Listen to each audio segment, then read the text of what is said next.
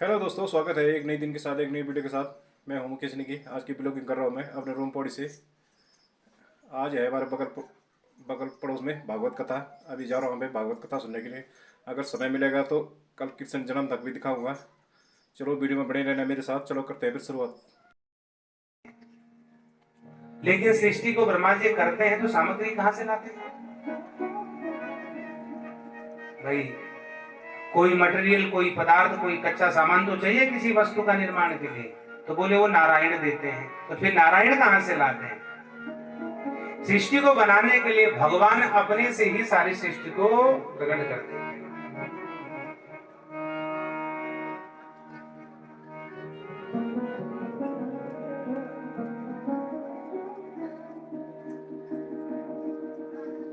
तो ऐसे भगवान फिर सृष्टि को करते और ब्रह्मा जी को कहा कि तुम सृष्टि करो। और इस संसार में जो हमारी ये सृष्टि है, ये 4 प्रकार की है।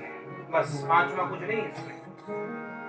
एक है स्वेदज सृष्टि, एक है उद्भिज सृष्टि, एक है अंडज सृष्टि और एक है जरायु सृष्टि।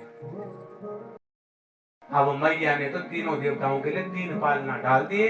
खूब उनको दुग्ध पानी इत्यादि करवाया, नग्न होकर के आराम से तीनों देवताओं को खा लिया। अब तीनों देवता सोचने लगे हम तो अच्छे फंस गए। कहा तो ब्रह्म जो व्यापक विरज अज अकल अनीह अभेद। कहा अपने पूरे एक ब्रह्मांड को अपने हाथ में गेंद के समान घुमाने वाले परमात्मा आज एक पतिव्रता नारी के घर में एक झूले में लोरी सुन रहे हैं। ये प्रभाव है पतिव्रता धर्म का। और झूला डाल करके झूला रहे, हाँ यही रहो। फंस गए तीनों। नारद जी गए, तुम्हारे पतिदेव का है ब्रह्मा विष्णु महेश की धर्मपत्नियों से पूछा, रुद्राणी ब्रह्माणी और सरस्वती, हाँ लक्ष्मी से कहाँ है? बोले गए तो थे कहीं लेकिन आए नहीं। बोले आए नहीं, अब आएंगे भी नहीं। अच्छा क्यों नहीं आएंगे? बोले आजकल तुम्हारे बच्चे जो है डेयरी मिल्क का दूध बोतल में भर के पी रहे हैं। हवा टाइट हो गई ब्रह्मचारी की। अपने पति को जब पति सो गए, बाहर आई, बोलो क्या चाहते? भिक्षा। आदरपूर्वक भिक्षा दी, लेकिन आपको भिक्षा देने से पहले मेरा कर्तव्य पति की सेवा था, वो मैंने किया। अब आप बताइए आप क्या क्या करते हैं? बोले आप ये बताइए कि मेरे द्वारा किए हुए उस कृत्य को कैसे तुमने जान लिया? कैसे जाना आपने? और मुझे बिना देखे?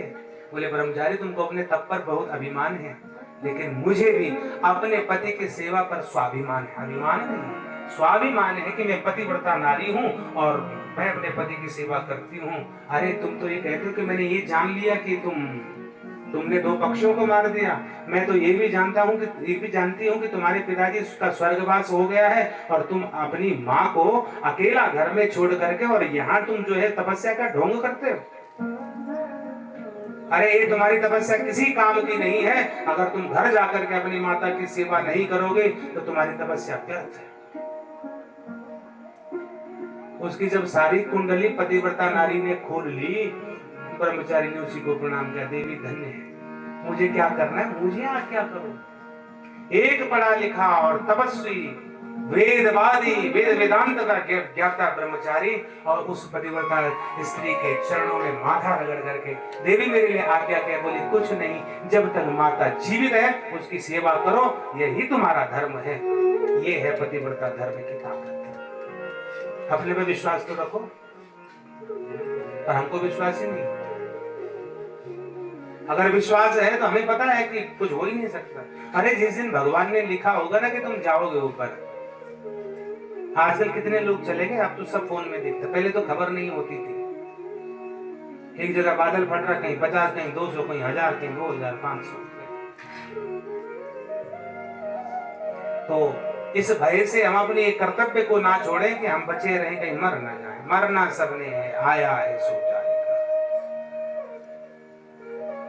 इसलिए पतिव्रता धर्म में बड़ी ताकत है और पतिव्रता धर्म के प्रभाव से ऋषि कर्दम की जो कन्या अनुसुईया है, उन्होंने भगवान को अपने घर में प्रकट कर दिया। ये ताकत है। भिक्षा के लिए आए तीनों देवता, ब्रह्मा विष्णु महेश, और जब भिक्षा के लिए आए तो तीनों देवताओं ने कहा हमें भिक्षा दो। बोले ठीक है, भिक्षा चाहिए, हाँ, लेकिन मैया हमारी एक कामना है, अगर भिक्षा देना चाहती हो तो हमको नग्न होकर के भिक्षा दो। अब उसके मन में बड़ा संकट हो गया, अगर मैं नग्न होकर के भिक्षा देती हूं तो मेरा पतिव्रता धर्म नष्ट हो जाएगा, और अगर मैं भिक्षा नहीं देती हूं तो मेरा जो ये अतिथि सत्कार का जो कर्तव्य है नष्ट हो जाएगा। क्या करूं, बड़े ये तो धर्म संकट हो गया, इसको कहते हैं धर्म संकट। फिर क्या करूं, फिर भगवान का ध्यान नहीं किया, पति का ध्यान किया। पति का ध्यान करते हुए मन लगाया, प्रभु क्या करूं, अंदर से आवाज आई और उपाय भी मिल गया। हाथ में जल लिया, पति का ध्यान किया, अगर मैंने अपने जीवन में पतिव्रता धर्म परायण होकर के अपने पति की सेवा की और मैं सत्य के मार्ग पर चल रही हूं, तो ये जो तीनों भिक्षुक हैं ये छोटे अबोध बालक बन जाए। जल छिड़का, ब्रह्मा विष्णु महेश तीनों देवता छोटे बालक बन गए। ये प्रभाव है पतिव्रता धर्म का। अच्छा, अब तो समय बदल गया है, अब तो पति के साथ बनती है तो ठीक है, नहीं तो भैया तुम अपने घर रहो, हम अपने घर रहेंगे। ये तो समय की विडंबना, लेकिन हमारे शास्त्रों में जो लिखा है वो गलत नहीं है। ऐसे कई उदाहरण हैं जहाँ माताओं ने पतिव्रता धर्म के प्रभाव से कैसे कैसे बड़े विद्वानों को धूल चटा दी। इसलिए तो जब 7 वचन होते हैं तो कन्या के कितने वचन हैं? 7। याद किसी को नहीं होंगे, क्योंकि शादी ज्यादातर रात को होती है और दूल्हा दुल्हन दोनों नींद में रहते हैं। सबकी रात को हुई, आधे से ज्यादा लोगों की रात को तो हुई। तो उस दिन क्या होता है, अब यहाँ पता नहीं क्या होता है, इधर तो मैं शादियों में कभी आया नहीं, बहुत कम, लेकिन ज्यादातर रात को ही होती है। 2, 2:30, 3 बजे सब सोचते हैं कि 5-6 बजे तक फ्री हो जाएंगे। तो रात को शादी होती है, दूल्हा दुल्हन का कोई मतलब नहीं शादी से। वो पंडित जी को कहते हैं आप जल्दी करो, बस नींद बहुत आएगी, जल्दी घर जाएंगे, सो जाएंगे, बाकी बात नहीं। तो उनको जो 7 वचन सुनाई देते हैं वो आना भी नहीं बोल पाते बेचारे। वो तो ये सोचते हैं कि पंडित जी अगर जल्दी खत्म करे तो हम जल्दी निकले। तो माताओं के तो जो कन्या के वचन है वो 7 हैं। तीर्थ व्रतोद्यापन यज्ञदानम मया सहितम यदकांत कुर्या वामांग माया में तथा तुकियम जगात कन्या प्रथमं कुमारी। और जो वर का जो वचन है वो एक ही है, मदीय चित्तानुगतम चिचित्तम सदा ममाज्ञा परिपालनम च पतिव्रता धर्म परायणत्वम सदा कुर्यात् सदा सर्वमिमं प्रयत्नम। उसने एक ही बात कही, क्या कही? आप पतिव्रता धर्म का पालन करना। और अगर आपने पतिव्रता धर्म का पालन कर लिया तो दुनिया की कोई ताकत नहीं जो आपको आंख से आंख मिला करके देखे। किसी की ताकत नहीं है। एक उदाहरण देंगे आपको। एक देव शर्मा नाम के ब्राह्मण थे, उनकी धर्मपत्नी का नाम था सावित्री। दूसरे एक ब्राह्मण थे, उनका नाम था वेद शर्मा। और उन वेद शर्मा भी एक गृहस्थी ब्राह्मण थे, उनका एक पुत्र हुआ। तो समय बीतने के पश्चात देव शर्मा जो ब्राह्मण थे वो अकाल मृत्यु के प्रभाव से उनकी मृत्यु हो गई। और जब उनकी मृत्यु हो गई तो मृत्यु होने के पश्चात अब माता का भरण पोषण करने का कर्तव्य उनके बालक का है। बालक का कर्तव्य है, अगर पिता नहीं है तो माता की सेवा करें। अब उस समय बालक के लिए सबसे बड़ा, जो पुत्र के लिए सबसे बड़ा धर्म है पिता के ना होने पर, वो है सबसे बड़ा धर्म है माता की सेवा करना। और अगर आपने कितने हजारों काम कर लिए हो, कितना आपने पुण्य कर लिया, कितना आपने यज्ञ कर लिया, कितना आपने ध्यान मनन चिंतन कर लिया और कितना परमात्मा प्राप्ति के साधन कर लिए हो, लेकिन अगर पिता नहीं है और पुत्र माता की सेवा नहीं करेगा तो उसका कभी कल्याण नहीं होगा। शास्त्र प्रमाण।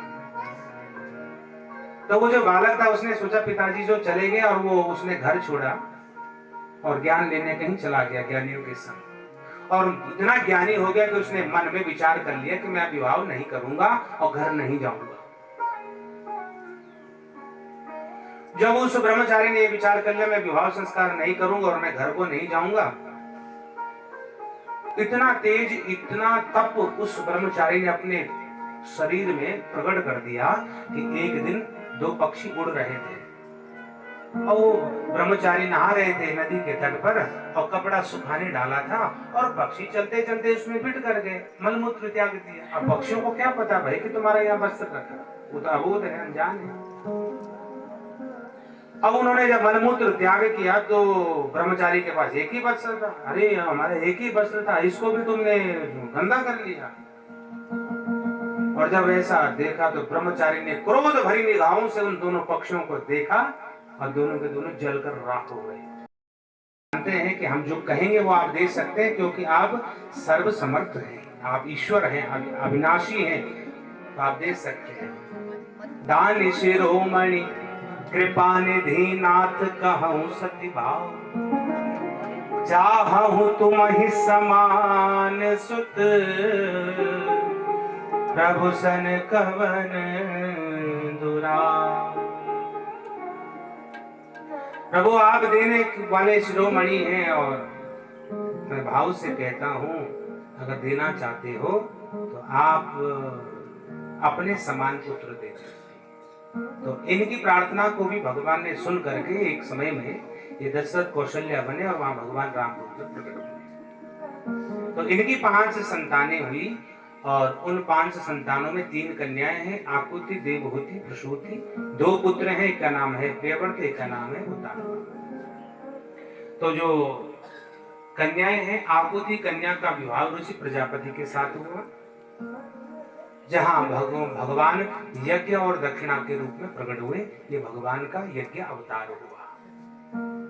एक दूसरी जो कन्या है देवहूति, देवहूति का विवाह कर्दम ऋषि के साथ हुआ, जहां इनकी 9 कन्याएं हुई, कला, अरुंधति, ख्याति इत्यादि, अनुसुया, हविर्भू इत्यादि 9 कन्याएं हुई।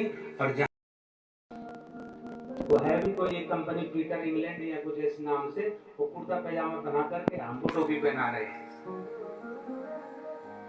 तो कुछ देर वाले गई। चलो ये विषय छोड़िए। तो हम जो है मनु महाराज से मैन है और मनुष्य से ही हमको मनुष्य कहा जाता है।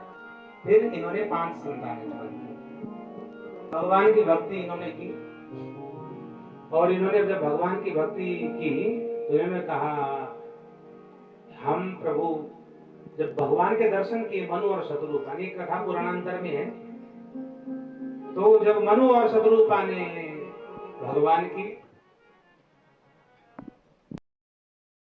राम जय राम जय जय राम, श्री राम जय राम जय जय राम, श्री राम जय राम जय जय राम। बोले भक्तवत्सल भगवान की भागवत महापुराण जय हो। तो भगवान ने इन जब तत्वों को बनाया तो इंद्रियों के देवता इसलिए के ताकि उस देवता की शक्ति से वो इंद्रियां काम करें।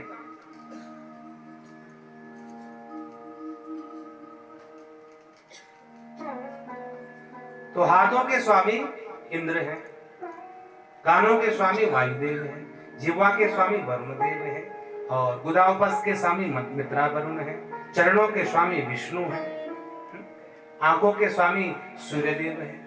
तो हमारी 10 इंद्रियों के 10 देवता हैं, ये सात्विक अहंकार से प्रकट हुए। तो कुल मिलाकर के भगवान ने 20 तत्व बनाए और इन 20 तत्वों के द्वारा ही संपूर्ण सृष्टि बनती है। तो इसमें है 5 ज्ञानेंद्रिय, 5 कर्मेंद्रिय, 5 तन्मात्राएं, 5 महाभूत 20। फिर भगवान ने इनमें अंतःकरण चतुष्टय, मन, बुद्धि, चित्त, अहंकार, ये 4 चीजें और इसमें डाली। तो मन इंद्रियों का अधिष्ठाता हुआ, बुद्धि हमारे शरीर को चलाने वाली सारथी भी, चित्त हमारा प्रकाश हुआ और अहंकार जीव को संसार में मिलाने के वाला हुआ। 24 तत्व और 24 तत्वों को निर्माण जब भगवान ने कर लिया तब भी इसमें चेतना नहीं आई। भगवान ने क्या ये फुटबॉल तैयार कर लिया गोल। भैया फुटबॉल में जब तक हवा नहीं भरेगी तब तक खेल नहीं सकते। तो ये जल के ऊपर तैरने लगा। जब इसमें चेतना नहीं आई तब ब्रह्म परमात्मा जीव रूप से समझ लीजिए या काल रूप से परमात्मा इसमें प्रविष्ट हुए और जब प्रविष्ट हुए तो इसमें फिर चेतना आई और जब चेतना आई, चेतना आने के बाद जो स्वरूप प्रकट हुआ उसको ही नारायण कहा गया। बोले लक्ष्मी नारायण भगवान कि नारायण की नाभि से कमल, कमल में ब्रह्मा जी। अब तो समय बदल गया है, अब तो पति के साथ बनती है तो ठीक है, नहीं तो भैया तुम अपने घर रहो, हम अपने घर रहेंगे। ये तो समय की विडंबना, लेकिन हमारे शास्त्रों में जो लिखा है वो गलत नहीं है। ऐसे कई उदाहरण हैं जहाँ माताओं ने पतिव्रता धर्म के प्रभाव से कैसे कैसे बड़े विद्वानों को धूल चटा दी। इसलिए तो जब 7 वचन होते हैं तो कन्या के कितने वचन हैं? 7। याद किसी को नहीं होंगे क्योंकि शादी ज्यादातर रात को होती है और दूल्हा दुल्हन दोनों नींद में रहते हैं। सबकी रात को हुई, आधे से ज्यादा लोगों रात को तो हुई। तो उस दिन क्या होता है, अब यहाँ पता नहीं क्या होता है, इधर तो मैं शादियों में कभी आया नहीं, बहुत कम, लेकिन ज्यादातर रात को ही होती है। 2, 2:30, 3 बजे सब सोचते हैं कि 5-6 बजे तक फ्री हो जाएंगे। तो रात को शादी होती है, दूल्हा दुल्हन का कोई मतलब नहीं शादी से। वो पंडित जी को कहते हैं आप जल्दी करो, बस नींद बहुत आएगी, जल्दी घर जाएंगे, सो जाएंगे, बाकी बात नहीं। तो उनको जो 7 वचन सुनाई देते हैं वो आना भी नहीं बोल पाते बेचारे। वो तो ये सोचते हैं कि पंडित जी अगर जल्दी खत्म करे तो हम जल्दी निकले। तो माताओं के तो जो कन्या के वचन है वो 7 हैं। तीर्थ व्रतोद्यापन यज्ञदानम मया सहितम यदकांत कुर्या वामांग माया में तथा तुकीयम जगात कन्या प्रथमम कुमारी। और जो वर का जो वचन है वो एक ही है, मदीय चित्तानुगतम चित्तम सदा ममाज्ञा परिपालनम च पतिव्रता धर्म परायणत्वम सदा कुर्यात् सदा सर्वमिमं प्रयत्नम। उसने एक ही बात कही, क्या कही? आप पतिव्रता धर्म का पालन करना। और अगर आपने पतिव्रता धर्म का पालन कर लिया तो दुनिया की कोई ताकत नहीं जो आपको आंख से आंख मिला करके देखे। किसी की ताकत नहीं है। एक उदाहरण देंगे आपको। एक देव शर्मा नाम के ब्राह्मण थे, उनकी धर्मपत्नी का नाम था सावित्री। दूसरे एक ब्राह्मण थे, उनका नाम था वेद शर्मा। और उन वेद शर्मा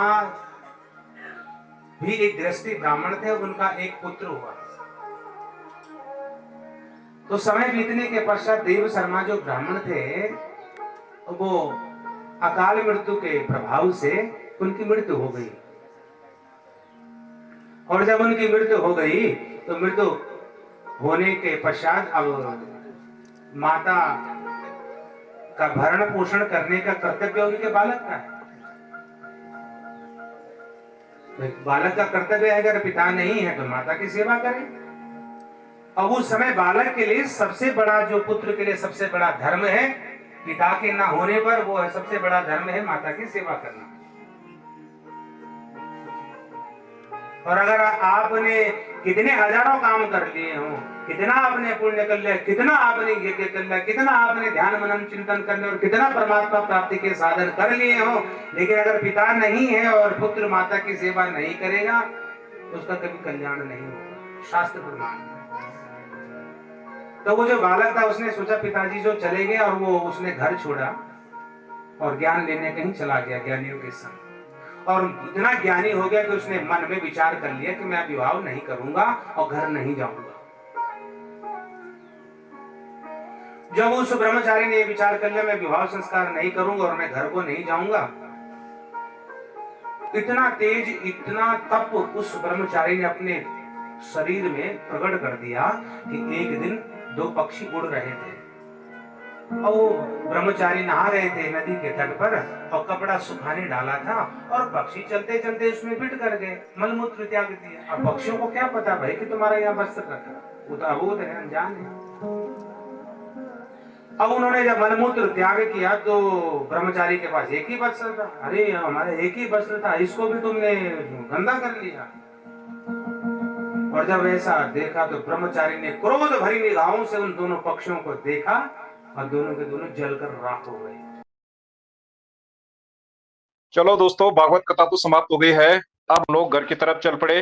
अब हमने भागवत कथा की वीडियोज पार्ट 1 भी डाल दिया है। अब इस वीडियो को यहीं पे एंड करते हैं। तब तक के लिए जय उत्तराखंड, जय पहाड़।